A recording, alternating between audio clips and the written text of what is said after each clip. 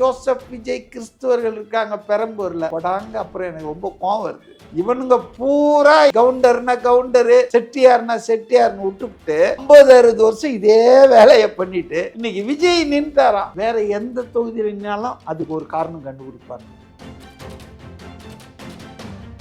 அதிமுக பண்றதையும் திமுக பண்றதையும் தான் மறுபடியும் தாவேக்கா பண்ணணும்னா அப்ப என்ன மாற்று? நம்ம போய் அதிகாரத்தை வாங்கின பிறகுதானே நம்ம வேலையை காட்டணும். அதிகாரத்தை வாங்க போறதுலயே கொள்கையை நம்மளால நிலைநாட்ட முடியலன்னா அந்த அதிகாரத்தை வாங்கிட்டு மட்டும் எப்படி அந்த கொள்கையை செயல்படுத்தும்? விஜய் மட்டும் பியூரா இருந்து தோத்து போனோம், தகுதி ஜெயிக்க முடியாதுன்னு. ஆமா, இதுதான் சமூகம். நல்லவரா இருக்கலாம், பைசா இருக்கா, 40 லட்சம் ரூபாய் செலவு பண்ணலாம்னு சொல்லி எலெக்ஷன் கமிஷன் உச்சவரம்பு கட்டி இருக்காங்க. அந்த 40 லட்சம் உங்களால செலவு பண்ண முடியுமா? பணம் படைத்தவர்களால் தான் இந்த தேர்தல் முறை. செலவு பண்ண முடியுமா? சீட்டுங்கிறது வேற, சீட்டு தரேன்னு சொல்லியே காசு வாங்கி ஏமாத்திட்டாங்கன்னு குற்றச்சாட்டு வருது. ஒரு வாக்காளர் எம்எல்ஏ வந்து எவ்வளவு சந்திக்கலாம்ங்கிறத பாப்பாங்க. ஏன் அவரை தான் மீட் பண்ணும்? அவர் ஒரு ரெப்ரசன்டேட்டிவ் போடுறாரு, ஆபீஸ் ஓபன் பண்றாரு. எம்எல்ஏ கையில கொடுக்குற மனுவுக்கே எவ்வளவு வேகமா ஆக்ஷன் எடுக்கிறாங்கிறது தெரியல. ஆபீஸ்ல தான் கொடுப்பேன்னா எனக்கு எவ்வளவு வேகமா நடக்கும். எம்எல்ஏனா மக்களின் குரலை சட்டமன்றத்தில் எதிரொலிக்கணும். தொகுதிக்கு வந்து மக்களையும் சந்திக்கணும்.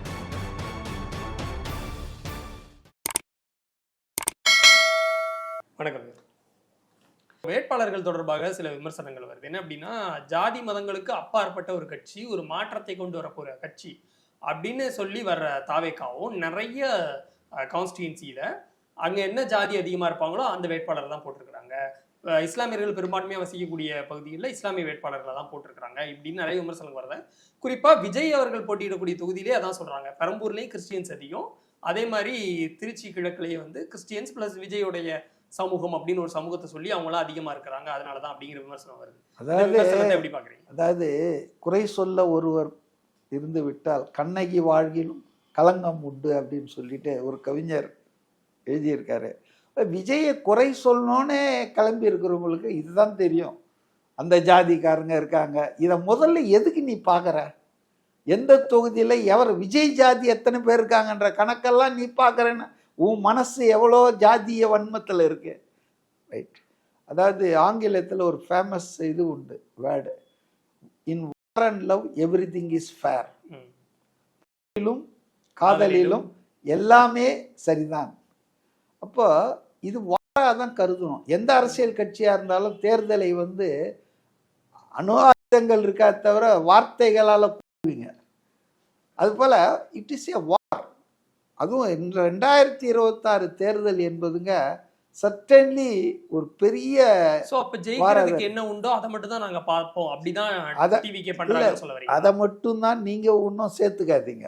அவங்க அப்படிலாம் சொல்ல, அவங்க எதையுமே சொல்ல. பட் அவங்களோட வேட்பாளர் தேர்வு அப்படிதான் இருக்குது.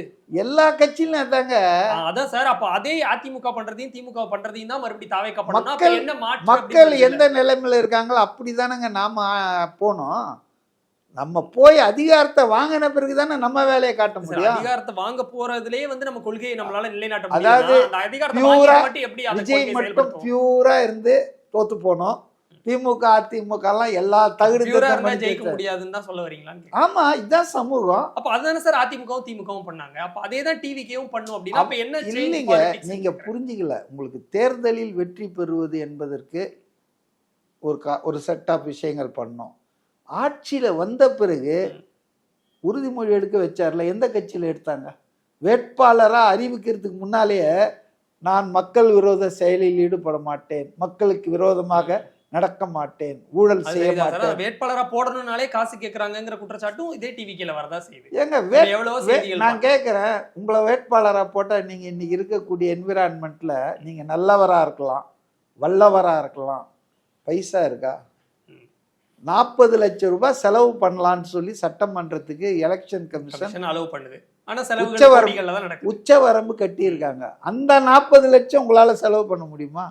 முடியாது. ஏன்னா நீங்க நல்லவரா இருக்கலாம், வல்லவரா இருக்கலாம், பணம் படைத்தவர்களால் தான் இந்த தேர்தல் முறை. அது கரெக்ட் தான். இன்னைக்கு இந்தியாவுல தேர்தல் முடியுமா? சீட்டுங்கிறது வேற, சீட்டு தரேன்னு சொல்லியே காசு வாங்கி ஏமாத்திட்டாங்கன்னு குற்றச்சாட்டு வருது இல்ல சார்? இதெல்லாம் வந்துங்க இந்த எலெக்ஷன் சீசன்ல இதெல்லாம் நீங்க காசு வாங்கிட்டு சீட்டு கொடுத்தாங்கன்னு சொன்னா கூட நான் ஒத்துக்குவேன். காசு வாங்கிட்டு ஏமாத்திட்டாங்க அப்படின்றதெல்லாம் அர்த்தமற்ற குற்றச்சாட்டு. அப்ப இப்ப நான் எப்படி வந்து நம்ம மத்த திமுக கட்சிகள் செய்யறதே தான் டிவிக்கே பண்ணுவாங்க. ஆனா அதிகாரத்தை வாங்குனதுக்கு அப்புறம் மட்டும் பியூரா மாறிடுவாங்க. நான் எப்படி நம்புறது? பியூரா மாறுவாங்கன்னு சொல்ல, மக்கள் நலனில் அக்கறை கொள்வார்கள், மக்களுக்காக ஆட்சி பண்ணுவார்கள். தங்கள் மக்களுக்காக ஆட்சி பண்ணிட்டு இருக்காங்கல்ல திமுகல, உதயநிதிக்காக, இன்ப நிதிக்காக. அது இல்லாம மக்களுக்காக ஆட்சி பண்ணும் தாவேகா. இப்போ உங்க கையில அதிகாரம் வந்தாதான் சார் நீங்க வந்து ஏதாவது செய்ய முடியும். இதேதான் சார் திமுக அதிமுக சொன்னாங்க. அதிகாரம் வரணும், அத சொன்னாங்க. இப்படிதான் கேண்டிடேட் போட வேண்டியிருக்கு, சிஸ்டம் இப்படிதான் இருக்குன்னு இதே சப்பக்கட்ட தான் அவங்க. ஆனா ஜெயலலிதா ஒரு பீரியட்ல தலித் எழில்மலை என்ற ஒரு தலித்த திருச்சி ஜெனரல் லோக்சபா கான்ஸ்டிடுவன்சில நிறுத்தி ஜெயிக்க வச்சாங்க. இப்ப அதிமுக அந்த ஒரு இன்சிடென்ட் தவிர திமுகலாம் யாரு வந்து அந்த தொகுதியில பெரும்பான்மை இது வந்து எலெக்ஷன் டாக்டிக்ஸ் வேறங்க. நீங்க முதல்ல ஜெயிக்கணும். நீங்க பண்ற திட்டங்கள் எல்லாம் மக்களுக்கு நீங்க செய்யணும்னு நினைக்கிறதெல்லாம் நீங்க பண்ணணும்னா நீங்க என்ஜிஓவா கூட இருந்துட்டு பண்ணிட்டு இருக்கலாம். பொலிட்டிக்கல் பவர் உங்களுக்கு வரணும்னு சொன்னா நீங்க தேர்தல் அரசியல்ல இறங்கி தான் ஆகணும். அப்ப தேர்தல் அரசியல்ல இறங்கும் போது அங்க சகதி இருக்குது, நான் இறங்க மாட்டேன்னு வெளியே நின்னா வெளியே தான் நிற்கணும். உள்ள இறங்கி அது சேரெல்லாம் கொஞ்சம் பட்டா, நம்ம மேலே பட்டாதான் அந்த சேர சகதியை சரி பண்ண முடியும். ஸோ அதை புரிஞ்சுக்கணும் நீங்கள். இது ஒரு புது கட்சி. அவர் நிறுத்துகிற வேட்பாளர்கள்லாம் 90% சாமானிய மக்கள். இப்போ இந்த மதியழகன் கரூர் மேற்கு மாவட்ட செயலாளர் சாதாரண ஆட்கள். இந்த பின்னணியில் இருக்கிறவரை அவர் நிறுத்துறாரு. அப்போ அவர் அட்வான்டேஜாக ஏதாவது பார்க்க வேணாமா? காசு செலவு பண்ண முடியாது, புரியுதுங்களா? அப்போ அந்த அது என்ன தப்பு என்ன இருக்கு? ஜனநாயகம் என்பது நம்பர் கேம் தானேங்க. 51% வந்ததுன்னா அவன் ஜெயிச்சவன் ஆயிடுறான். அப்போ 49% இருக்கிறவனா தோத்தவன் தானே சொல்றீங்க. It is a game of number தானே. அப்போ ஒரு சமூகம் வந்து அதிகமா இருக்குது, அந்த சமூகத்துல இருந்து ஒரு பிரதிநிதி குற்றச்சாட்டை வச்சோம். இது இல்ல, இங்க பாருங்க, இது இல்ல மதவாதம், இது இல்ல ஜாதிவாதம், புரியுதா? எது மதவாதம் எது ஜாதியவாதம்னா, பிஜேபி இன்னைக்கு 240 எம்பி இருக்காங்க, ஒரு எம்பி கூட முஸ்லீம் கிடையாது.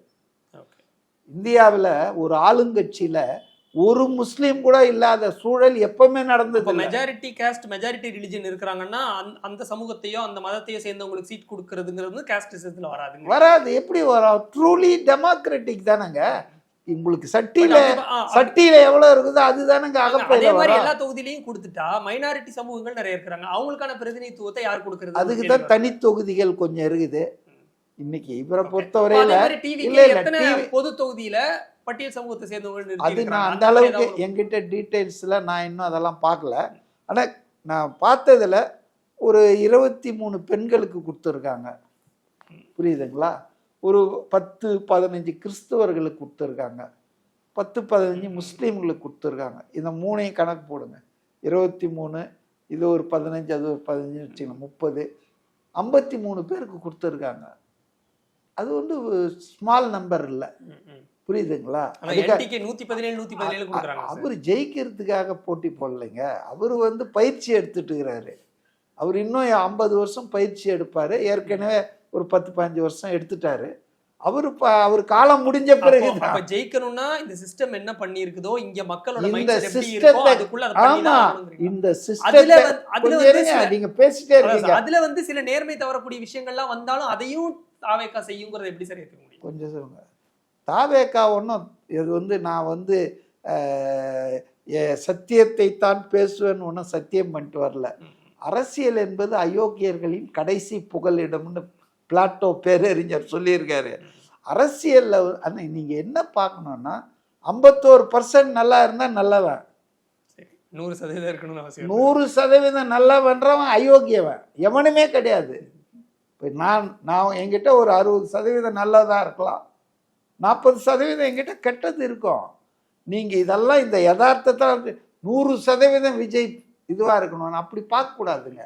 ரெண்டாவது வந்துங்க, இப்போ ஒரு ஜாதி ஒரு மதம் இதுல பெரும்பான்மை மக்கள் அங்க வசிக்கிறாங்கன்னா ஏன் அவங்கள வந்துட்டு போடுறது தப்புன்னு சொல்றோம்?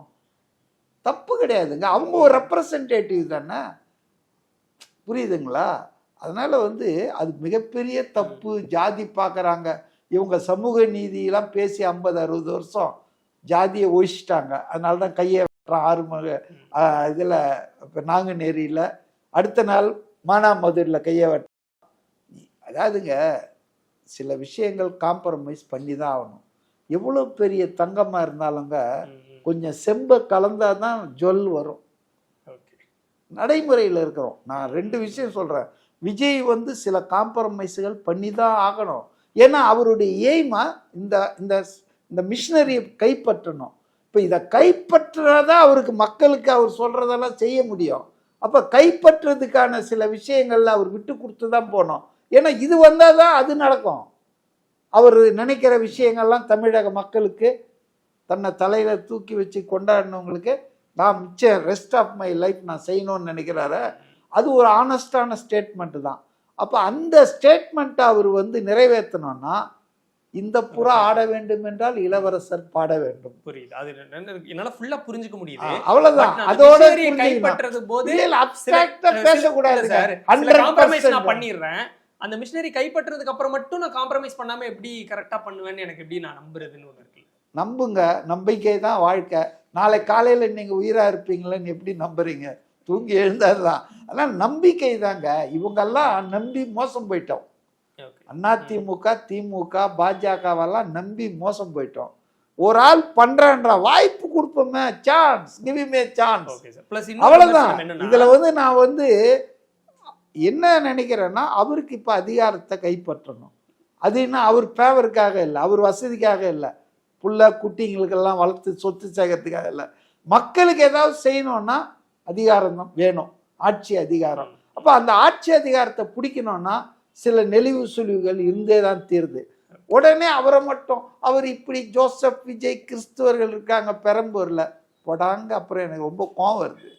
இவனுங்க பூரா என்ன ஜாதி, கவுண்டர்னா கவுண்டரு, அப்புறம் வேளாளர்னா வேளாளர், செட்டியார்னா செட்டியார்னு விட்டுவிட்டு 50-60 வருஷம் இதே வேலையை பண்ணிட்டு இன்னைக்கு விஜய் நின்றாராம். வேற எந்த தொகுதியில் நின்னாலும் அதுக்கு ஒரு காரணம் கண்டுபிடிப்பாங்க. இங்கே பார்த்தீங்களா பெண்கள் அதிகமாக இருக்காங்க, அதனால தான் தமிழ்நாடே பெண் வாக்காளர் தானே அதிகமாக இருக்காங்க. இப்போ 5,67,00,000 மொத்த வாக்காளர்கள் ஆஃப்டர் எஸ்ஐஆர். ஆண் வாக்காளர்கள் 2,02,77,77 2,77,00,000 ஆண் வாக்காளர்கள். பெண் வாக்காளர்கள் 2,89,00,000. பெண்கள் தான் தீர்ப்பு எழுத போறாங்க. பெண்கள் தான் ஒரு எனக்கு இப்ப சரியா ஞாபகம் இல்லை, accept 15 or 20 கான்ஸ்டிடுவன்சிஸ் in Tamil Nadu out of 234, 20 தவிர 214 தொகுதியில் பெண்கள் தான் தீர்ப்பு எழுத போறாங்க. அப்ப சொல்லுவோமா பெண்களை தான் போடணுங்க 200 தொகுதியில், அவங்க தாங்க அதிகமாக இருக்காங்க, அதாங்க ஜனநாயகம் சொல்லுவோமா? அதனால சில காம்ப்ரமைஸ்கள் நடைமுறையில் செய்யதாங்க வேணும். இப்போ ஒரு வாக்காளர் ஒரு எம்எல்ஏ தேர்ந்தெடுக்கிறாரு அப்படின்னா அந்த எம்எல்ஏ எவ்வளோ ஆஃபன் நம்ம அவரை சந்திக்கலாம் அப்படிங்கிறத பார்ப்பாங்க அப்படின்னு பெருவாரிய அரசியல் விமர்சகர்கள், பல வருஷமா அரசியலில் இருந்தவங்க சொல்றாங்க. இப்போ உதாரணத்துக்கு தொகுதிக்கு ஏதோ பண்றாரோ இல்லையோ அந்த எம்எல்ஏவோ, என் வீட்டில் ஒரு ஃபங்க்ஷன்னா வருவாரா, எனக்கு ஈஸி ஆக்சசிபிளாக இருப்பாரா, என் பையனுக்கு வேலைன்னா அவரை போய் பார்க்க முடியுமா, இந்த மாதிரி ஒரு ஆங்கிள்லையும் பார்ப்பாங்க. அந்த இடத்துல விஜய் அந்த கேட்டகரியில் ஃபிட் ஆவாராங்கிற ஒரு மிகப்பெரிய கேள்வி இருக்கு. விஜய் நாளைக்கு அவரை விஜய் போய் நான் ஈஸியா பார்க்க முடியுமா, அவர் என் தொகுதிக்கு வருவாரா, என் வீட்டுல ஒரு கல்யாணம் நான் போய் பத்திரிகை கொடுக்க முடியுமா, இந்த மாதிரி ஈஸி ஆக்சசிபிளா விஜய் இருப்பாராங்கிற ஒரு கேள்வி இருக்கு. எம்எல்ஏ என்பவர் எதற்காக தேர்ந்தெடுக்கப்படுகிறார்னு தெரியாம பேசிட்டு இருக்கீங்க. மக்கள் கூட என் கூட கணக்குல இருக்கிறதுக்கும் நான் தேர்ந்தெடுக்கிறேன். என்னங்க நீங்க இப்போ செங்கோட்டையன் கோபிச்செட்டிப்பாளையத்துல 9 வாட்டி தேர்ந்தெடுக்கப்பட்டிருக்காரு, இப்போ 10வது வாட்டியும் நிச்சயமா ஜெயிப்பாரு. அவர் என்ன பண்ணுவாரா தெரியுங்களா, சாவு துக்கம் எதுவா இருந்தாலும் அந்த வீட்டுல போயிடுவாங்க. ஆனா அதுக்காக அவர் எம்எல்ஏவா தேர்ந்தெடுக்கல.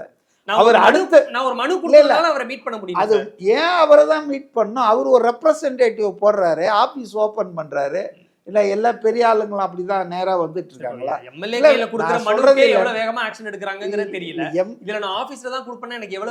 அப்படி இல்லைங்க.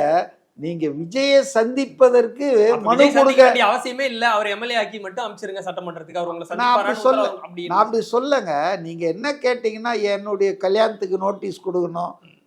சி ஒரு எம்எல்ஏனா அந்த அந்த மக்களினுடைய குறைகள் தீர்க்கணும், சட்டமன்றத்தில் அவர்கள் குரலை எதிரொலிக்கணும். இதுதான் நான் எதிர்பார்க்கறது. தொகுதிக்கு வந்து மக்களையும் சந்திக்கணும். கண்டிப்பா அதுக்கு ஒரு டைம் போட்டு, அல்லது வீக்லியோ மந்த்லியோ ஒரு நாள் வராரு. பெரிய பெரிய டாக்டர்கள்லாம் ஹாஸ்பிட்டலுக்கே டைம் போட்டு வராங்க தெரியுமா? புத்தூர்லேருந்து இந்த கிழமைகளில் வருவார்கள், புத்தூர் கட்டுறவங்கன்னு போடுறாங்க. அதனால் அதெல்லாம் அவர் செய்வாருங்க, செய்ய மாட்டார். மக்கள் அப்படியெல்லாம் செய்யாதையா இந்த மக்கள் மன்றம், மக்கள் இயக்கம், இந்த கட்சியெல்லாம் இவ்வளோ பெருசாக கட்டியிருக்காரு.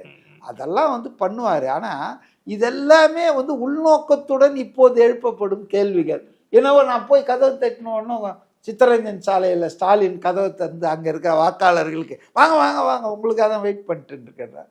உதயநிதி அவங்க வேணான்னு தானே விஜய் சூஸ் பண்ணலான்னு பாக்குறேன். இல்ல அவங்களே பார்க்க முடியாது, விஜய் பார்க்க முடியாது. அப்ப நான் கடைசியில இல்ல, நீங்க பார்க்க முடியாதுன்னு சொல்ல, பார்க்க வேண்டிய தேவை இருந்தா கிடைக்க போகுது. தேவை நீட் பேஸ்ல தான். சும்மா போய் அவரை நான் பார்த்துட்டு வரேன் விஜய் போட்டோ எடுக்க மனு கொடுக்க போறவங்களா அவங்க மாதிரிதான். தொகுதியிலேயே விஜய் வரணும்னு விரும்பி வாக்களிச்சவங்க, அந்த தொகுதியை சேர்ந்த மக்களுக்கு அந்த தொகுதியினுடைய எம்எல்ஏ பாக்குறதுக்கு எல்லா உரிமையும் இருக்கு. அவர்களுக்கான கண்டிப்பா மக்களுக்கு விஜய் இருப்பாருன்னு கண்டிப்பா இருப்பாருங்க. அதாவது அவர் வந்து ஒரு ஜெனரலா ஒரு இடத்துக்கு வந்தாலே உடனே கூட்டம். இன்னைக்கு வந்து அவரு ஒரு பெரிய ஸ்டாரா இருந்தவர், அதனால கூட்டம் கூட தான் செய்யும். நம்ம உளவுத்துறைக்கு ஒன்றா அதெல்லாம் தெரியாம போலீஸே அலாட் பண்ணாம போயிடுவாங்க. பட்டு சாதாரணமாக அவர் எங்கே போனாலும் ஒரு 5000 பேர் திரண்டுடுவான். சும்மா போனாலே ஒரு 1000லேருந்து 5000 வரைக்கும் திரண்டுடுவான். ஆர்கனைஸ் பண்ணார்னா லட்சத்தில் சேருவான். இது வந்து அவருக்கு இருக்கக்கூடிய ஒரு கேப்பபிலிட்டி. அவருக்கு வந்து க்ரௌட் புல்லர்ன்ற பேருக்கு அவருக்கு வந்து பொருத்தமான பேர். அப்போ அது மாதிரி இருக்குதுன்னா அதுக்கேற்ற மாற்று ஏற்பாடு பண்ணுவார். என்னை வந்து நான் அங்கே வந்து நின்னா பிரச்சனை ஆகும்னா என்னை வந்து இந்த இடத்துல சந்திங்க, யாருக்கு என்ன பிரச்சனையோ அந்த இண்டிவிஜுவலை வர வைப்பார். இப்போ அந்த இண்டிவிஜுவல் வீட்டுக்கு போகணுன்னு அவசியம் இல்லை. அங்கே போனால் கலவரம், போலீஸு பிரச்சனைலாம் வரும். அதுக்கு பதிலாக அவங்கள வர வச்சு என்ன உங்கள் ப்ராப்ளம், நீங்கள் வந்து அதுக்கு ஆஃபீஸுக்கு லெட்டரில் ஆஃபீஸில் அங்கே ஃபுல் ஃப்ளெஜ்டு ஆஃபீஸ் ஓப்பன் பண்ணுவார் கண்டிப்பாக, தொகுதி அலுவலகம்னு. அதில் எப்போவுமே ஆளுங்க இருப்பாங்க, புரியுதா? அவங்க இதெல்லாம் கோரிக்கை வாங்கிட்டு எதை நேரடியாக அவரை பார்க்க தேவையா தகுதியானதோ அதை செலக்ட் பண்ணி அவருக்காக, சார் இது மாதிரி ஒரு கேஸ் இருக்குது, நீங்கள் எப்போ வரும்போது சந்திக்கிறீங்களோ அங்கே அனுப்பணுமான்னா அவர் எங்கே அனுப்பணுமோ அனுப்புங்கன்னுவார். அது மாதிரி தான் ஒரு மெத்தட்ஸை கொஞ்சம் சேஞ்ச் பண்ணிக்குவாரே தவிர, அதுவும் இந்த மாதிரி ஒரு மக்கள் ஆதரவு கூட்டம் கூடுறது அதிகமாக இருக்கிறதால மற்ற யாருக்கும் இல்லாத ஒரு ரெஸ்ட்ரிக்ஷன் இவருக்கு இருக்க வேண்டியதாக இருக்குது. அவ்வளோதானே தவிர அதுதான் விஷயம், வேற ஒன்றும் இல்லை. நன்றி.